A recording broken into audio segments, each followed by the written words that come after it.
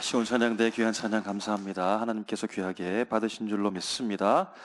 이 시간에 앞뒤 좌우로 인사하겠습니다. 사랑합니다. 축복합니다. 감사합니다. 사랑합니다. 축복합니다. 너무너무 감사드립니다.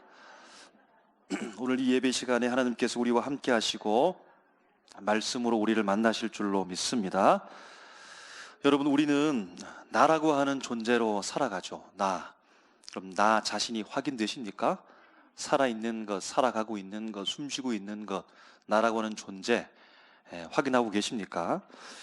이 땅에 나라고 하는 존재가 살아가고 있는데, 여러분, 가끔씩 나는 한 사람인데 한 사람 이상을 경험할 때가 있습니다.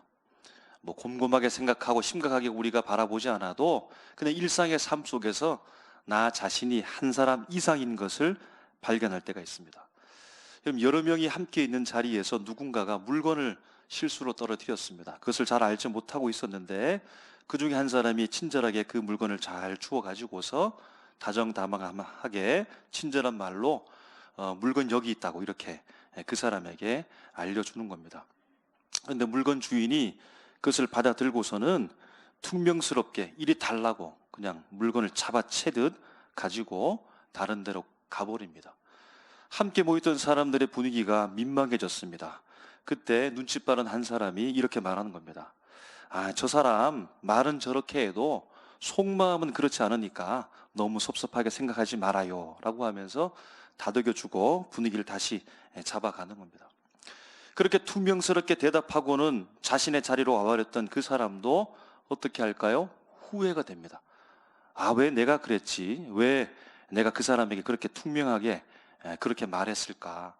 그 사람이 나에게 좋은 일을 해줬고 내 물건을 주워주었으니까 그 사람이 나에게 친절하게 다정하게 말하는 것처럼 나도 그 사람에게 좋은 목소리, 좋은 말로 고맙다고 그렇게 부드럽게 말해줄 걸 하면서 후회를 하는 겁니다. 그럼 주변에 있던 사람도 그러하고 물건을 떨어뜨린 사람도 당사자도 그러하고 곧 한 사람에게서 여러분 두 존재에 대한 이야기를 하고 있습니다. 그럼 그들만의 생각일까요? 우리만의 생각일까요? 곰곰이 생각해 보아서 감정적인 사람 몇 명만 이 말에 대해서 여러분 동의할까요? 성경 말씀에 우리보다 수천 년 전에 태어나고 활동했던 사도 바울도 이 사실을 알고 있었고 친히 경험한 것 같습니다. 로마서 7장 21절 말씀에 보면 사도 바울은 이렇게 고백합니다. 그러므로 내가 한 법을 깨달았노니 곧 선을 행하기 원하는 나에게 악이 함께 있는 것이로다. 아멘. 우선 나 한 사람의 존재 안에 선과 악이 있다고 그는 자백하고 있습니다. 선한 존재와 악한 존재가 위치해 있다는 겁니다. 그럼 선한 존재, 악한 존재가 어느 곳에 위치했을까요? 로마서 7장 22절을 이어서 읽어보면 이렇게 고백합니다. 내 속사람으로는 하나님의 법을 즐거워하되 라고 말합니다. 내 속사람은 하나님의 법을 즐거워한다는 겁니다. 선한 존재가 속사람, 곧 내 속 저 깊은 곳에 위치해 있다고 사도 바울은 은연중에 고백하고 있는 겁니다.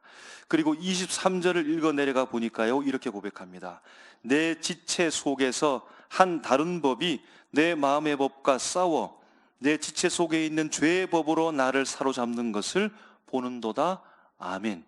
그럼 지체라고 말하는 것은 우선 떠오르는 것은 손발입니다. 손발 지체로서 죄의 법을 곧 죄를 짓는다라고 하는 겁니다. 그럼 좀 전에 우리가 살펴보았던 여러 명 가운데 있었던 그 사건, 퉁명스럽게 대답했던, 다정다감하게 대답하지 못했던, 그리고 갑자기 물건을 낚아채듯 그냥 가버렸던 그 무례한 그 사람의 대답이 그 겉모습으로 곧 착하지 못한 존재가 겉에 존재하고 있다, 위치하고 있다라고 하는 사실을 우리가 볼 수 있다는 겁니다. 사랑하는 삼일교회 성도 여러분 한 주간 잘 살아오셨을 텐데 여러분 어떻게 사셨습니까? 선한 존재로 살아오셨나요? 내 속사람, 내 속에 있는 선한 존재로서 여러분 살아왔습니까? 아니면 내 겉사람, 선하지 못한 모습으로 살았습니까? 내 속마음은 그러지 않은데 내 속에 있는 마음으로 착한 모습으로 살아야 되는데 그 마음과는 반대로 겉모습 퉁명스럽게 하지 말아야 될 말을 하고 다른 사람의 마음을 아프게 하며 그렇게 힘들게 어렵게 여러분 살아오셨습니까? 그리고 지금 이 자리에 앉아 하나님 앞에 예배 드리면서 우리의 마음은 어떻습니까? 흡족하십니까? 속사람으로 살아와서 흡족하다, 내가 잘 살아왔다 라고 하는 이 만족감 가운데 하나님 앞에 예배를 드리십니까? 아니면 앞에 있던 그 후회하는 사람처럼 후회가 되십니까? 내가 왜 그렇게 살았을까? 내가 왜 그때 그렇게 말했을까? 내가 왜 그때 그렇게 행동했을까? 라고 하면서 여러분 후회하십니까? 그럼 둘 중 누가 힘이 더 셀까요? 속사람이 힘이 더 셀까요? 겉사람이 힘이 더 셀까요? 여러분 이미 다 알고 경험으로 알고 있을 텐데 속사람이 아니라 겉사람이 힘이 더 셉니다. 속사람은 바른 이해를 가지고 있는 것 같아도 우리 몸의 전체, 우리 전 인격 존재를 이끌어 가지를 못합니다.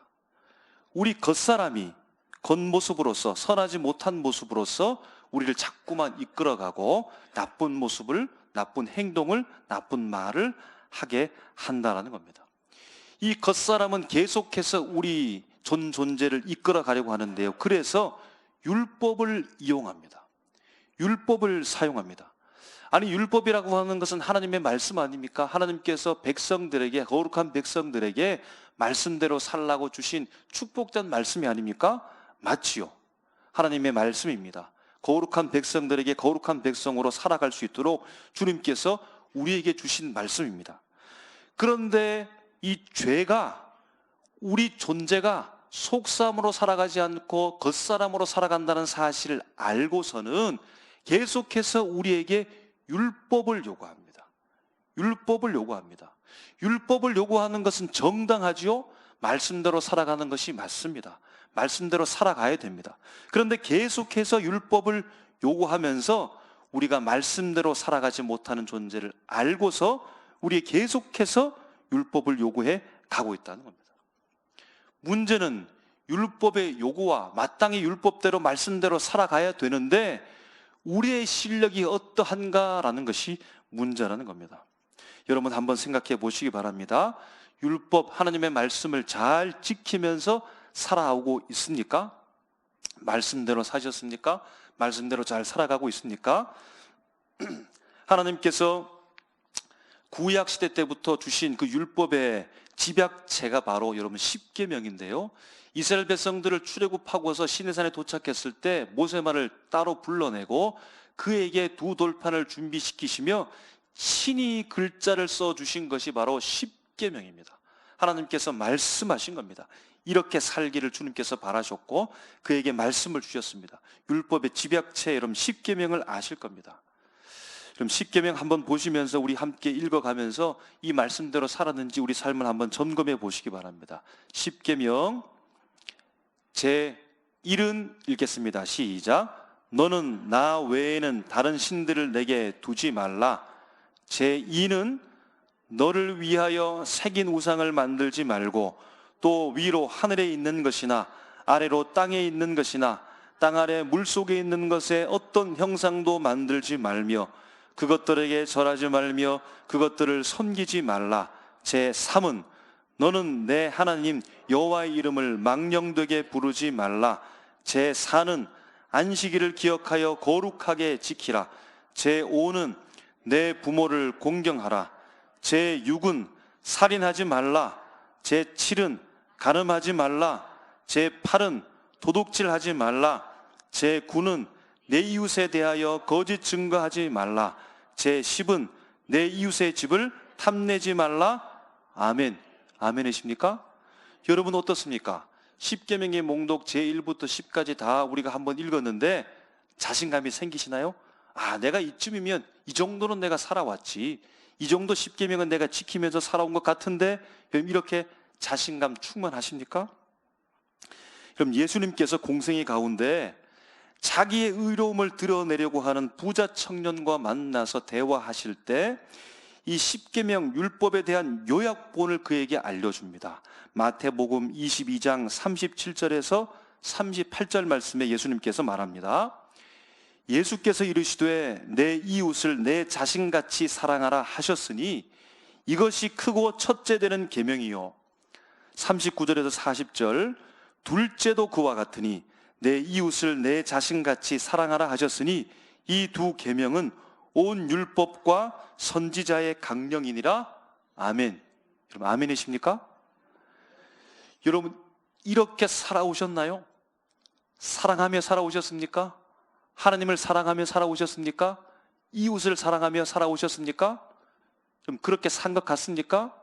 조금 전보다는 조금 자신감이 떨어지십니까?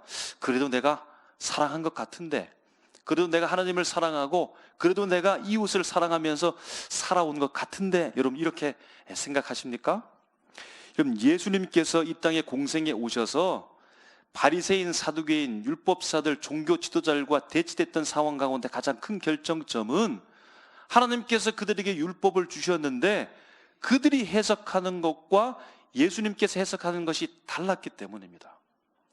예수님께서 보실 때는 하나님께서 그들에게 주신 그 율법의 말씀에 대한 본질적 의도를 왜곡하고 그것을 정령화시키고 굳어져 가는 그들의 비판의 목소리, 예수님께서 과감하게 그들에게 선포했던 것입니다. 정말로 하나님께서 그들에게 주신 그 율법의 말씀에 대한 그 본질적 의도가 무엇인지를 예수님께서 재해석해 준 겁니다. 예수님께서 말씀하신 모든 것들 대부분은 구약의 말씀의 본질의 뜻이 무엇인지를 그들에게 재해석해 준 말씀인데요, 마태복음 5장 21절에 예수님께서 구약의 율법의 말씀을 재해석하십니다. 그 본질의 뜻이 무엇인가를 그들에게 알려줍니다. 나는 너희에게 이르노니 형제에게 노하는 자마다 심판을 받게 되고 형제에 대하여 나가라 하는 자마다 바보라는 뜻입니다. 바보라고 하는 자는 공회에 잡혀가게 되고 미련한 놈이라고 하는 자는 지옥불에 들어가게 되리라. 예수님의 말씀입니다. 28절 말씀에는요, 예수님께서 또 이렇게 말씀하십니다. 나는 너희에게 이르노니 음욕을 품고 여자를 보는 자마다 마음에 이미 간음하였느니라. 아멘. 여러분 아멘이십니까? 이 말씀도 다 아멘으로 받아들여야 되죠.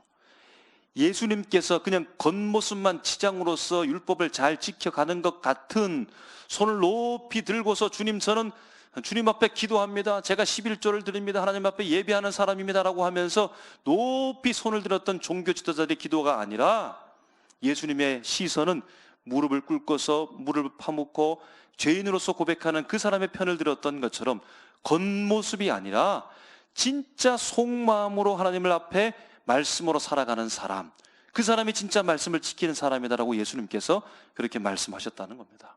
여러분 어떻습니까? 우리 겉모습뿐만 아니라 우리 속마음도, 우리 속에도 형제를 바라보며 자매를 바라보며 믿음 생활하며 말씀 가운데 온전하게 여러분 말씀대로 살아가셨습니까? 여러분 어떻습니까? 우리 마음속에 자신감들이 다 송두리째 사라져 버렸습니까? 아니면 여전히 나는 그렇게 마음을 품고 살았다라고 여러분 말씀하고 있습니까? 구약으로부터 전해 내려온 십계명과 율법의 요약으로서 예수님께서 말씀하신 그 사랑의 계명과 예수님께서 다시금 해석하신 그 율법의 의도로서 이 요구를 여러분 다 충족하면서 살아가고 계십니까? 여러분 율법은 지켜야 되는데, 하나님의 말씀대로 분명하게 여러분 살아가야 되는데, 선택이 아니라 그렇게 해야만 되는 것을 우리가 알고 있는데 여러분 그렇게 하지 못하니까 죄는 우리를 어떻게 하는 겁니까? 아니 그것도 못하냐고, 왜 그렇게 말씀대로 살아가지 못하냐고 우리를 어떻게 합니까? 정죄하는 거죠. 네가 그래도 거룩한 백성이라고? 아니 내가 볼 때는 넌 죄인이라고, 거룩한 백성들 자격이 없다고, 앞으로도 너는 거룩한 백성으로 살아갈 수 없고 죄인으로 살아가는 사람이라고, 그것도 못하냐고, 어떻게 그렇게 말하며 살아가냐고, 어떻게 그렇게 죄를 지으며 살아가냐고, 매번 죄는 우리를 쉼없이 율법을 우리에게 지키라고 요구하면서 끝없이 우리에게 정죄하는 거죠. 너는 죄인이라고, 너는 할 수 없는 사람이라고. 그래서 죄가 우리의 주인이 되어져서 우리를 자꾸만 죄가 원하는 곳으로 움직이고 우리를 이끌어가고 있으며 겉사람으로만 살아가게 하고 있다는 겁니다. 이런 방법이 없을까요? 방법이 있지요. 주님께서 우리에게 허락하신 모든 총체적인 율법의 계명들, 구약부터 내려왔던 하나님의 말씀들과 십계명이 확장되어져서 수없이 많이 불려놓았던 그 수많은 계명들과 예수님의 해석과 그 모든 것들을 내가 송두리째 다 해내면 되죠. 다 하면 됩니다. 다 실행하면 됩니다. 1부터 10까지 모든 수백 가지, 수천 가지, 수만 가지를 내가 다 해버리면 되겠죠. 또 한 가지, 누군가 나 대신 그 율법의 요구를 다 대신 이루어주면 되는 것이죠. 여러분, 그것이 바로 예수님께서 율법의 요구를 다 이루셨다라는 겁니다. 내가 이루지 못하기 때문에 예수님께서 나 대신 내가 지켜야 될 그 모든 율법의 요구를 예수님께서 다 성취하셨다, 완성하셨다는 겁니다. 그 말씀이 오늘 우리가 읽은 3절, 4절 말씀입니다. 여러분, 3절, 4절 말씀을 한번 읽어보도록 하겠습니다. 시작. 율법이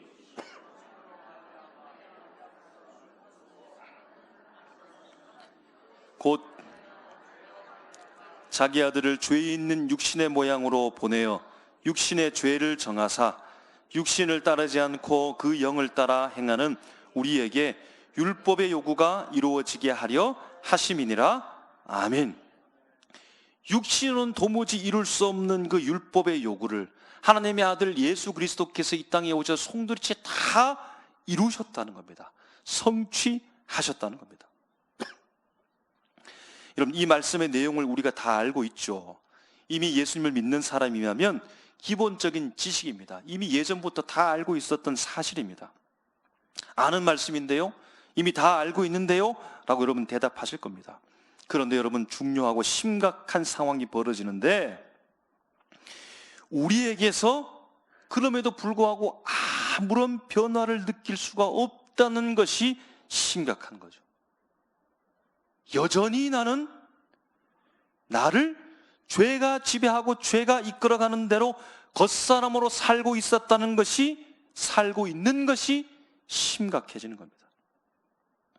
내가 그 사실을 알고 있고 예수 믿은 이후로 그것이 다 기본적인 지식이 되어져서 상식처럼 다 줄줄 외고 있음에도 불구하고 내 몸에는 아무런 화학적 변화도 일어나지 않고 예전과 똑같이 생각과 마음과 전 인격이 그렇게 아무런 변화 없이 살아가고 있다는 것이 심각한 문제라는 겁니다.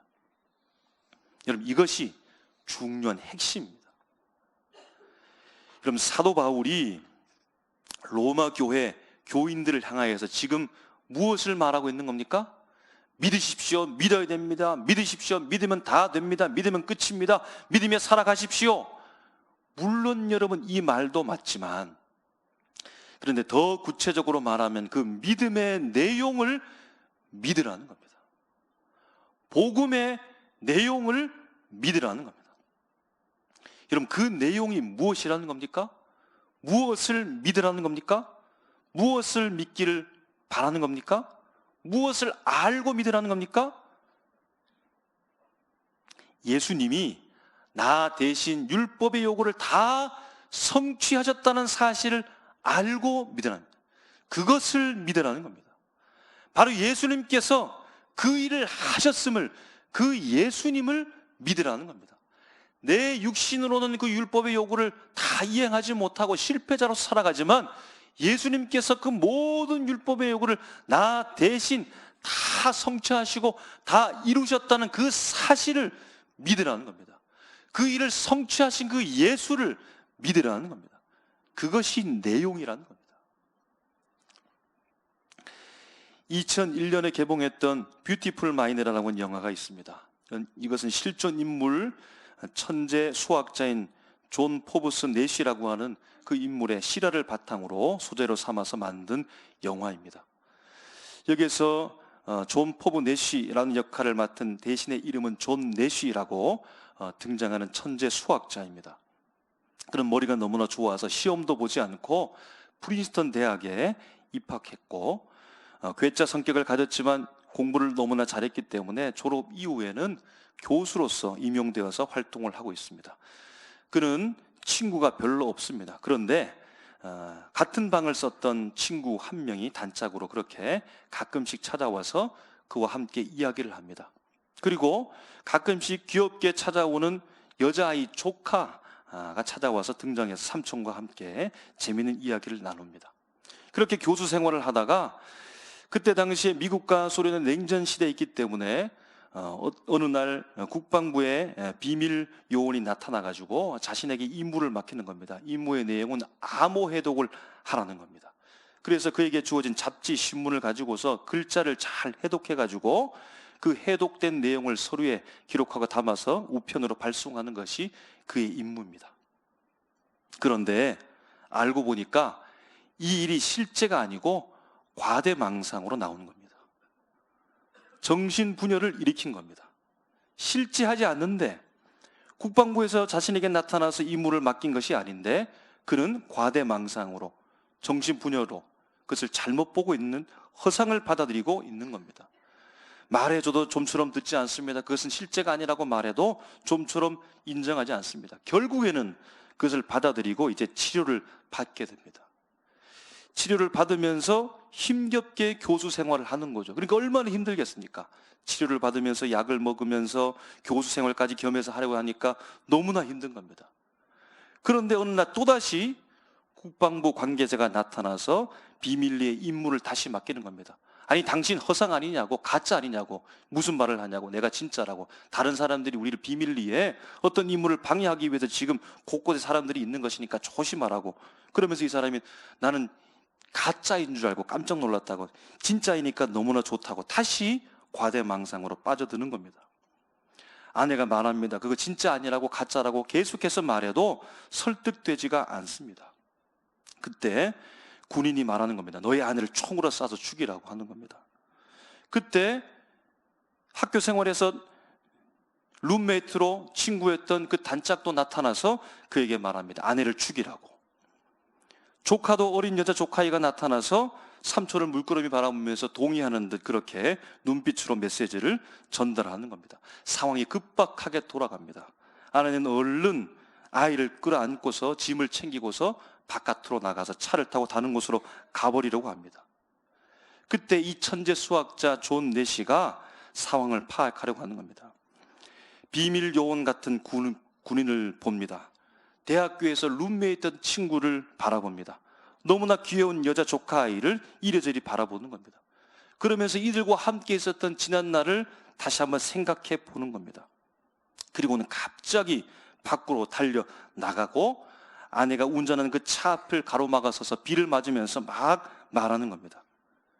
이 사람들이, 그들이 절대 나이가 들지 않는다는 겁니다. 늙지 않는다는 겁니다. 그래서 저들은 가짜라고 그렇게 아내에게 말해주는 겁니다. 그리고 상황이 다 안정적으로 수습된 이후에 이 천재 수학자 존 내시가 다시 나타난 친구에게, 어린 조카에게, 군인 같은 그 사람에게 말하는 겁니다. 나 이제부터 당신들과 말하지 않겠다고 이별을 고하는 겁니다. 어린 조카에게도 다른 사람은 보이지 않는데 어린 조카의 귀 너머로 머리카락을 넘겨주면서 울고 있는 그 아이를 바라보면서 이제 나는 너에게 말하지 않겠다라고 이렇게 말하는 겁니다. 그럼 중요한 것은 무엇입니까? 존 내시 이 사람에게 여전히 친구가 나타납니다. 비밀 요원 같은 군인도 등장해서 계속해서 임무를 맡기려고 합니다. 여자아이 조카 꼬마가 삼촌을 바라보면서 눈망울 초롱초롱하게 여전히 나타나서 삼촌을 바라봅니다. 그런데 이제 그는 분명히 알죠. 그것이 가짜라는 사실을 안다는 겁니다. 그래서 더 이상 이 사람들에 의해, 지시에 의해 움직이지 않는다는 겁니다. 신문이나 잡지의 글을 보면서 암호 해독을 하고 온 벽에다가 다 그것을 붙여놓고서는 발송하고 우편으로 그렇게 만들기 위해서 작업하지 않습니다. 무서워서 공포에 떨지 않습니다. 다른 사람이 자신을 해할까 봐 그렇게 공포하면서 두려워하지 않습니다. 존 내시는 이제 분명히 그것이 허상이라는 사실을 알고 그들을 따라 그들을 믿지 않고 그들에 의해 움직이지 않으며 이제는 온전히 아내의 말을 듣는 겁니다. 아내가 말하는 것을 신뢰하는 겁니다. 그래서 그 말을 따라서 천재 수학자의 역할을 감당하면서 학생들을 가르치고 영화의 한 장면에 후학들을 키우는 늙은 존 내시가 마지막 영화의 장면, 엔딩 장면 가운데 나오는 겁니다. 여러분, 이것이 중요하죠. 사랑하는 삼일교회 성도 여러분, 이것을 알아야 됩니다. 내가 예수님을 믿는다라고 하는 것은 예수님께서 율법의 요구를 나 대신 다 성취하셨음을 알아야 합니다. 여러분, 분명히 우리가 알아야 되는 것은 내가 예수님을 믿는다라고 하는 것은 내가 빚진 것, 그런데 도무지 갚을 수 없는 그 1만 달란트를 예수님께서 대신 다 100원 남김없이 다 송두리째 예수님께서 다 갚아주셨다는 겁니다. 예수님을 믿는 순간부터 이 일이 우리에게 일어나 버렸습니다. 여러분, 그런데 여전히 죄는 있죠. 죄는 나에게 요구합니다. 너 십계명 지켰어? 너 십계명대로 살아갔냐고? 너 하나님을 정말로 사랑하고 있냐고? 너 이웃을 정말로 사랑하고 있냐고? 그렇게 해가지고 너 어떻게 교회 다니냐고? 어떻게 교회 직분 행사를 하냐고? 죄는 또다시 우리에게 나타나서 율법을 요구하면서 계속해서 우리를 정죄하고 있다라는 겁니다. 그렇게 해서 되겠냐고? 그렇게 해서 성도냐고? 그렇게 해서 예수 믿는 사람 맞냐고? 그렇게 해서 교회 다닌다라고 그렇게 말할 수 있겠냐고? 계속해서 정죄를 한다는 겁니다. 여러분, 그런데 이제는 그 말을 따라서는 안 된다는 겁니다. 예수님이 내가 짊어져야 될 그 모든 율법의 요구를 주님께서 다 짊어지시고 십자가에 못 박혀 돌아가셨다는 겁니다. 나를 위해 부활하셨다는 사실을 우리가 알아야 되고 그 사실을 잊지 말고 명확하게 그럼 믿어야 된다는 겁니다. 오늘 그 말을 사도 바울이 1절, 2절에서 하는 겁니다. 우리 오늘 본문의 말씀 1절, 2절을 다 같이 한번 우리 정말로 우리 심령의 고백을 담아서 고백해 보도록 하겠습니다. 시작.